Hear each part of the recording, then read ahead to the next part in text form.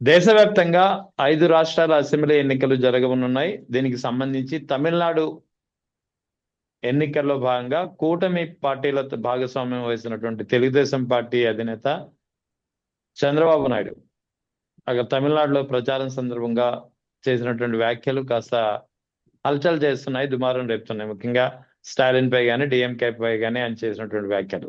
So ఈ వివరాలపై మనతో మాట్లాడేందుకు జాయిన్ అవుతున్నారు గుంటూరు నుంచి ప్రముఖ న్యాయవాది రజనీ గారు. నమస్తే మేడం. నమస్తే అండి. మేడం, ఆ తమిళనాడు ఎన్నికల ప్రచారంలో చంద్రబాబు నాయుడు చేసిన వ్యాఖ్యలు ముఖ్యంగా స్టాలిన్ గారి మీద, అటు డిఎంకే మీద ఎలా చూడాలి? ఈ వ్యాఖ్యల్ని ఏం జరుగుతుంది? సార్, ముఖ్యంగా ఏదైతే ఈ ఎలక్షన్స్ లో ప్రచారానికి చంద్రబాబు గారు వెళ్ళడం, ఆ ఇది దురదృష్టవశాత్తు ఆయన హెల్త్ బాగలేదు అని పవన్ కళ్యాణ్ గారిని అనుకోవాలా, లేకపోతే కరెక్ట్ టైంలో ఈయనకి బాగోలేక అండా ఉందని మనం సంతోషపడాలో కూడా నాకు తెలియదు సార్. ఎందుకంటే ఈ టైంలో ఆయన హాస్పిటల్ బెడ్ మీద ఉండడం చాలా మంచిది సార్. లేకపోతే ఆయన ఎండల్లో ప్రచారానికి తిప్పేసేవారు మోడీ గారు. మీకు తెలియంది కాదు, గతంలో మహారాష్ట్ర పూణే ఎలక్షన్స్ కూడా ప్రచారానికి కూడా ఆయనే తిప్పారు. ఇప్పుడు కలకత్తా ప్రచారానికి కూడా ఆయనే తిప్పుతారు. అదే మాదిరిగా ముఖ్యంగా చెన్నై ప్రచారానికి, ఈ చెన్నై ప్రచారం చాలా కీలకమైనదండి. విజయ్ గారికి పవన్ కళ్యాణ్ గారికి ఉండేటటువంటి సాంగత్యం ఏంటంటే, ఒకే సినిమా ఖుషి సినిమా అండి. ఆంధ్ర రాష్ట్రంలో బంపర్ హిట్ కొట్టింది, ఆంధ్ర అంటే 2 తెలుగు రాష్ట్రాల్లో. అదే మాదిరిగా చెన్నైలో తమిళంలో విజయ్ గారు నటించారు ఆ సినిమా. దానికి ఒకరే ప్రొడ్యూసర్, ఒకరే డైరెక్టర్ 2 సినిమాలకి కూడా. సో వాళ్ళిద్దరి మధ్య మంచి ఒక హెల్దీ అట్మాస్ఫియర్ రిలేషన్ ఉందండి. సో ఇటువంటి పరిస్థితుల్లో పవన్ కళ్యాణ్ గారు చెన్నైకి వెళ్ళి ఒకవేళ విజయ్ గారిని తిట్టాల్సి వస్తే, విజయ్ గారిని విమర్శించాల్సి వస్తే ఎలా విమర్శిస్తారు? మామూలుగా అయితే మన చంద్రబాబు గారికి అలవాటైన విద్య, ఒక భార్యని వదిలేసినాడు, విడాకులు ఇచ్చినాడు, ఇతను సొసైటీకి ఏం చెప్తాడు అని అనేసేవాళ్ళు. ఆ మాట పవన్ కళ్యాణ్ గారు అనలేరు. ఎందుకంటే అతను ఒక భార్యకి విడాకులు ఇచ్చారు, ఈయన 2 భార్యలకు విడాకులు ఇచ్చారు. సో అనలేరు. తర్వాత ముఖాలకి రంగులు వేసుకునే మాటలు నమ్మకండి అంటారు చంద్రబాబు గారు. ఆ మాట చంద్రబాబు గారు ఒక్కొక్కసారి అనేస్తారేమో, ఎందుకంటే ఎన్టీ రామారావు గారు కూడా ఒక సినీ రంగం నుంచి వచ్చిన వారే కదా. అదే మాదిరిగా ఇదే మాటని పవన్ కళ్యాణ్ గారు డెలిబరేట్ చేయలేరండి. ఎందుకంటే ఆయన కూడా అదే ప్రొఫెషన్ నుంచి బయటకు వచ్చారు కాబట్టి. అదే మాదిరిగా ఒకటి మనం బాగా గుర్తుపెట్టుకోవాల్సిన విషయం ఏంటంటే, చెన్నైలో జనసేన సభ్యత్వాలు బాగా ఉన్నాయండి. అంటే అంత బాగా కాదు, ఇప్పుడిప్పుడే బిగిన్ అవుతూ ఉన్నాయండి. సో ఈ టైంలో ఆయన స్టాలిన్ పార్టీని తిట్టడం, విజయ్ పార్టీని విమర్శించడం, బీజేపీని పొగడ్డం, ఇవన్నీ చేస్తుంటే మరి వాట్ అబౌట్ జనసేన? ఆయన పార్టీ ఉనికి అక్కడ ఇప్పుడిప్పుడే బిగిన్ అవుతుంది. దేశవ్యాప్తంగా జాతీయ పార్టీ అవ్వాలి అంటే చెన్నైలో కానీ, కర్ణాటకలో కానీ, కేరళలో కానీ, నిన్న మొన్న కూడా రామ్ తాలూరి గారు, లేకపోతే మా పార్టీకి సంబంధించిన ఎమ్మెల్సీ నాగబాబు గారు, జనసేన పార్టీకి సంబంధించిన నాగబాబు గారు, వీళ్ళందరూ కూడా సభ్యత్వ నమోదులు చేస్తున్నారండి. సో ఇక్కడ కేరళలో జనసేన కానీ, ఇప్పుడు చెన్నైలో జనసేన కానీ, ఇవి 2 అక్కడక్కడ స్టార్ట్ చేస్తుంటే వీళ్ళు అక్కడ బీజేపీని పొగిడితే అది కరెక్ట్ కాదు. ఇంకొకటి, స్టాలిన్ ని తిట్టలేరు, అదే మాదిరిగా విజయ్ని విమర్శించే పరిస్థితి కాదు. సో ఇటువంటప్పుడు ఈయన హాస్పిటల్ బెడ్ మీద ఐసీయూలో ఉన్నాడా, ఏసీ రూమ్ లో ఉన్నాడా, ఇది కరెక్ట్ టైం ఆయన రెస్ట్ తీసుకోవడానికి.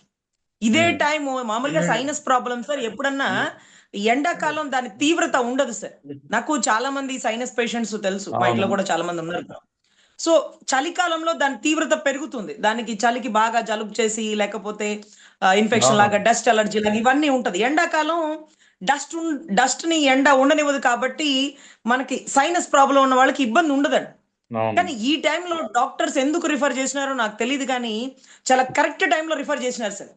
కరెక్ట్ టైంలో సర్జరీ చేసుకోమని రిఫర్ చేసినారు. మామూలుగా సైనస్ సర్జరీస్ అన్ని చలికాలమే జరుగుతుంది, వర్షాకాలం, చలికాలం. ఎందుకంటే మాకు చాలా బాధగా ఉంది, తట్టుకోలేకపోతున్నాం, ఇంకా మేము భరించలేము, ఈ 1 వీక్ ఉండలేకపోతున్నాం, మజిల్ కట్ చేయండి అంటే కండ పెరుగుతుంటది ముక్కులో, ఎక్స్ట్రా కండ, దాన్ని కట్ చేస్తారు.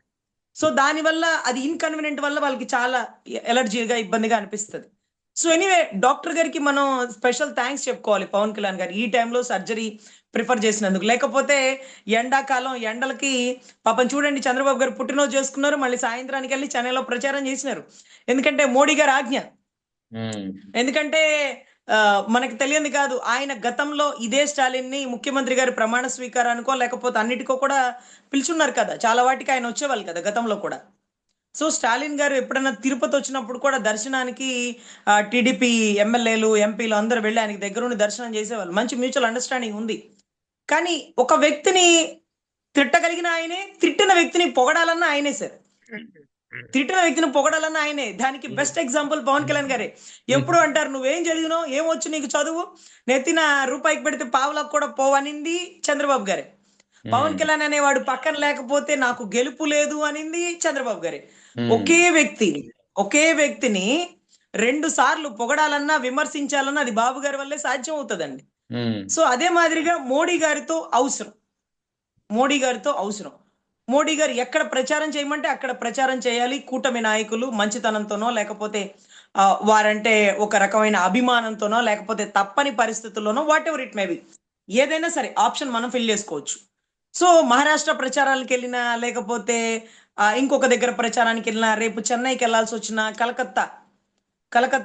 కలకత్తా ఎలక్షన్స్ కూడా ఉన్నాయి కదా, కలకత్తా ప్రచారానికి వెళ్లాల్సి వచ్చినా, ఇవన్నిట్లో కూడా పవన్ కళ్యాణ్ గారిని ఎక్కువ వాడతారండి. ఎందుకంటే నేను ఒక రోజు ఒక ఏరియాకి వెళ్ళినానండి, ఆ షిరిడి పరిసర ప్రాంతాల్లో.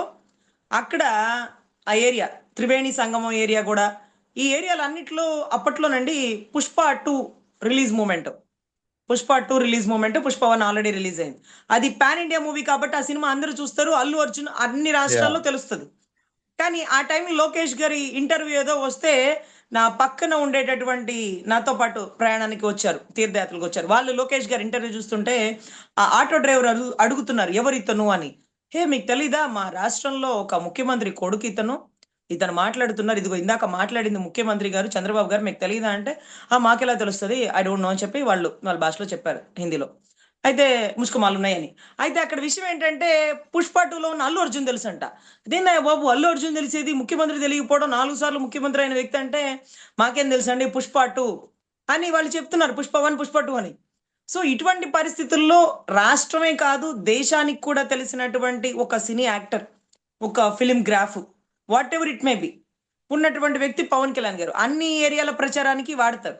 కానీ ఇక్కడ ఈ చెన్నై ప్రచారంలో విజయ్ గారికి ఎదురుగా విజయ్ గారిని విమర్శించడానికి తోటి సహాయ నటుడు, తోటి నటుడు కాబట్టి ఇతని వల్ల కాదు. అదే మాదిరిగా స్టాలిన్ అప్పటికప్పుడు తిట్టడం కూడా చాలా కష్టమే. మరి ఎలా తిడతారో మనకైతే తెలియదు. ఎందుకంటే చెన్నైలోనే వాళ్ళు ఉండొచ్చింది, సినిమా వాళ్ళంతా ఫస్ట్ చెన్నై నుంచే కదా పుట్టింది, వాళ్ళ బతుకు తెరుగంతా అక్కడే కదా. సో అక్కడి నుంచే షూటింగ్లు, అక్కడి నుంచే నెల్లూరు, అందులో వాళ్ళు ఉంది నెల్లూరు, ఉండింది చెన్నై, చాలా దగ్గర. ఆయనకి తమిళం కూడా వచ్చు. ఇంకొకటి ఏంటంటే పాపం కష్టంగా తెలుగు టు తమిళ్ ట్రాన్స్లేట్ చేసుకొని చంద్రబాబు గారు అంత బాగా మాట్లాడాల్సిన అవసరం వచ్చింది. ఇంకొకటి ఏంటంటే చాలా ఆశ్చర్యకరమైన విషయం, కేరళలో సభ్యత్వ నమోదులు జనసేన బిగినాయి. ఆల్రెడీ తమిళనాడులో ఎక్కువ సభ్యత్వాలు చేయాలన్న తపనతో చాలా మంది తిరుగుతూ ఉన్నారు. అదే మాదిరిగా కర్ణాటకలో ఉంది. ఇప్పుడు పవన్ కళ్యాణ్ అనే వ్యక్తి చెన్నై ప్రచారానికి వెళ్ళి స్టాలిన్ ని తిడితే తప్పులేదేమో, విజయ్ని విమర్శిస్తే తప్పులేదేమో, కానీ బీజేపీని పొగిడితే జనసేన మనుగడ ఎలా ఉంటది? ఇప్పుడు జనసేనలో సభ్యత్వం చేసుకునే వాళ్ళకి బీజేపీ నచ్చకపోవచ్చు, కానీ అదే బీజేపీని వెళ్ళి పవన్ కళ్యాణ్ గారు బీజేపీ తోపు, బీజేపీ తురుము, బీజేపీ లేకపోతే మనం లేము, బీజేపీ లేకపోతే హిందుత్వమే లేదు, బీజేపీ ఏమైనా చేసేసిద్ది, ఇలాంటి మాటలు మాట్లాడితే మరి అట్లయితే బీజేపీలో చేరితే పోతుందిగా, జనసేనలో ఎందుకు? ఆయన పార్టీ గురించి ఆయన చెప్పకుండా బీజేపీ భజన చేయడం ఏంటి అని అనుకుంటారు కదా సభ్యత్వాలు తీసుకున్న వాళ్ళు. అందరూ కాదు, సభ్యత్వాలు తీసుకున్న వాళ్ళు. సో అదే మాదిరిగా కేరళలో, ఇప్పుడు కేరళలో పినరావు విజయ్ గారు, మొన్న లాస్ట్ టైం నేను జస్టిస్ గోపాల్ గౌడ్ గారు తీసుకెళ్లి చూపించారు, ఆయనతో పరిచయం చేసినారు, ఆయనతో మాట్లాడాను. అక్కడ ఉన్న వాళ్ళందరూ చాలా వయసు రీత్యా పెద్దవాళ్ళు, కానీ వాళ్ళందరూ కమ్యూనిస్టు సిద్ధాంతాల వాళ్ళు. వాళ్ళకి చంద్రబాబు గారి పేరు చెప్తే చాలండి, హీ వాజ్ అన్ కార్పొరేట్. దీంటండి సార్ ఆయన సీఎం కదా అంటే లేదు, ఆయన కార్పొరేట్ కింగ్, కార్పొరేట్ వ్యవస్థలని క్రమబద్ధీకరిస్తాడు. లేకపోతే వాళ్ళందరూ కమ్యూనిస్ట్ భావాలు కల వాళ్ళు కాబట్టి వాళ్ళకి బిర్సా ముండా, ఏదైతే జార్ఖండ్ ముఖ్యమంత్రి హేమంత్ సోరెన్ గారు కూడా బిర్సా ముండాకి మహోత్సవాలు ఏవో చేస్తుంటారండి. అటవీ జాతి నాయకుడు ఆయన, గాండ్రు జాతి నాయకుడు, లేకపోతే ఇంకొకటి జై భీమ్, ఇవన్నీ కూడా ఉంటాయండి. వాళ్ళకి కమ్యూనిస్ట్ భావాలు కల వాళ్ళు కాబట్టి వాళ్ళకి ఎప్పుడు చంద్రబాబు గారు నచ్చరండి. వాళ్ళు చెప్పారు, ఇతను కార్పొరేట్ వ్యవస్థలు పెంచి పోషిస్తుంటాడు, స్కాములు స్కీములు లేకపోతే తొక్కేస్తుంటాడు, నొక్కేస్తుంటాడు, అతన్ని మేము అస్సలు నమ్మమంటారు, ఆ రోజు అదే మీటింగ్ లో ఒక 50 మంది ఉన్నారు, 50 మంది చంద్రబాబు గారు అంటే కంగారు పడిపోయారు. ఆయన కార్పొరేట్ వ్యవస్థలు, ఆయన అదాని అంబానీలు ఆయన వెనకాలే. ఆయన ఏదేదో చేసేస్తుంటాడు. రైట్. సో ఇటువంటి పరిస్థితి అండి. ఈ పరిస్థితిలో చంద్రబాబు గారు బీజేపీతో అవసరం నిమిత్తం, ఎందుకంటే వాళ్ళ కొడుకుని సీఎం చేయాలన్నా, లేకపోతే ఆయనకి కేంద్రంలో ఒక ఛాన్స్ రావాలన్నా, ఆయనకి ఇప్పుడు సహాయపడాలి కదా, అవసరానికి పని చేయాలి కదా. సో ఆ మాదిరిగా ఇప్పుడు చెన్నై వెళ్ళారు, రేపు కలకత్తా దిప్పుతారేమో, తర్వాత ఇంకెక్కడెక్కడ పోటీ చేస్తున్నారో అన్ని ఎలక్షన్స్ ప్రచారానికి వాడతారేమో, అన్నిటికీ వెళ్తారు కూడా చంద్రబాబు గారు. కానీ లోకేష్ గారు వెళ్ళిన ఉపయోగం లేదు, ఎందుకంటే లోకేష్ గారు ఎవరికి తెలియదు, ఎందుకంటే లోకేష్ గారు ఒక్కసారి కూడా సీఎం కాలేదు. ఒక ముఖ్యమంత్రి కొడుకు ముఖ్యమంత్రి అయిన చరిత్ర ఈ 2 తెలుగు రాష్ట్రాల్లో లేదు సార్. ఫస్ట్ జెండా పాతింది జగన్ రెడ్డి గారు సార్, అది కూడా కాంగ్రెస్ గ్రాఫ్ తో కాదు, అది కూడా తండ్రి గారు చనిపోయిన వెంటనే ముఖ్యమంత్రి అయింది కాదు. ఆయన ప్రూవ్ చేసుకుంటూ కాంగ్రెస్ అష్ట దిగ్బంధనం లాంటి దిగ్గజం లాంటి కాంగ్రెస్ కి ఎదురెళ్ళి 16 నెలలు జైల్లో ఉండి, అయినా కానీ ప్రజలు అతన్ని నమ్మి అతని వెంటే నడిచి అతను ప్రూవ్ చేసుకొని ఒక ముఖ్యమంత్రి స్థాయిలో ఒంటరిగా తాను నిరూపించుకున్నాడండి, అంటే కూటమిగా కాకుండా. ఇటువంటి వ్యక్తి నాకు ఎప్పుడు అనుమానం వస్తుందండి, ఎప్పుడు కూడా పక్క రాష్ట్రానికి ప్రచారానికి ఎందుకు వెళ్ళడు, నాకెందుకు, ఇది నా రాష్ట్రం, ఇది నా పులివెందల గడ్డ, ఇది నా జనం, ఇది నా అభిమానులు, ఇది నా నాన్నగారి సైన్యం అనుకుంటే ఇక్కడిక్కడే ఉంటారు. మరి బెంగళూరులో ఇలాంకాలో ఆయన ఇల్లు ఉంది కదా, ఇలాంకాలో కొంత లెక్క ఆయనదే కదా ఆ ఏరియా అంతా, మరి అక్కడ బెంగళూరు వాళ్ళు ఆయన ప్రచారానికి పిలవరా, ఆయన్ని పిలిచినా రాడా, ఆయన్ని పిలిచే స్థాయి మాది కాదని వాళ్ళు అనుకుంటారా? So what ever it may B sir, అక్కడ ఆయన ఒక బిజినెస్ అంతే, ఇక్కడ ఆయన రాజకీయ నాయకుడు, అక్కడ పని చేసుకుంటాడు వస్తాడు, ఇల్లున్నంత మాత్రం అక్కడికి వెళ్ళి ప్రచారం చేయబడలేదు కదా. మోడీ గారు ఎప్పుడు, అంటే మోడీ గారితో కలిసి ఎప్పుడు లేరనుకోండి, ఎప్పుడైనా కాంగ్రెస్ తో కలిసి ఉన్నప్పుడో, లేకపోతే మోడీ గారితో ఒకళ్ళ సాంగిత్యం అన్నప్పుడో, లేకపోతే ఎక్కడా కూడా ఏ రాష్ట్రానికి ప్రచారానికి వెళ్ళింది లేదు, పైన వాళ్ళు చెప్పింది కూడా ఆయన చేసింది లేదండి. ఈయన నా ప్రజలు చెప్పతే నేను చేస్తాను, అంతేగాని ఎవరో నాయకుడు చెప్తేనో, సెంట్రల్ చెప్తేనో, ఇంకోటి చెప్తేనో నేను చెయ్యను.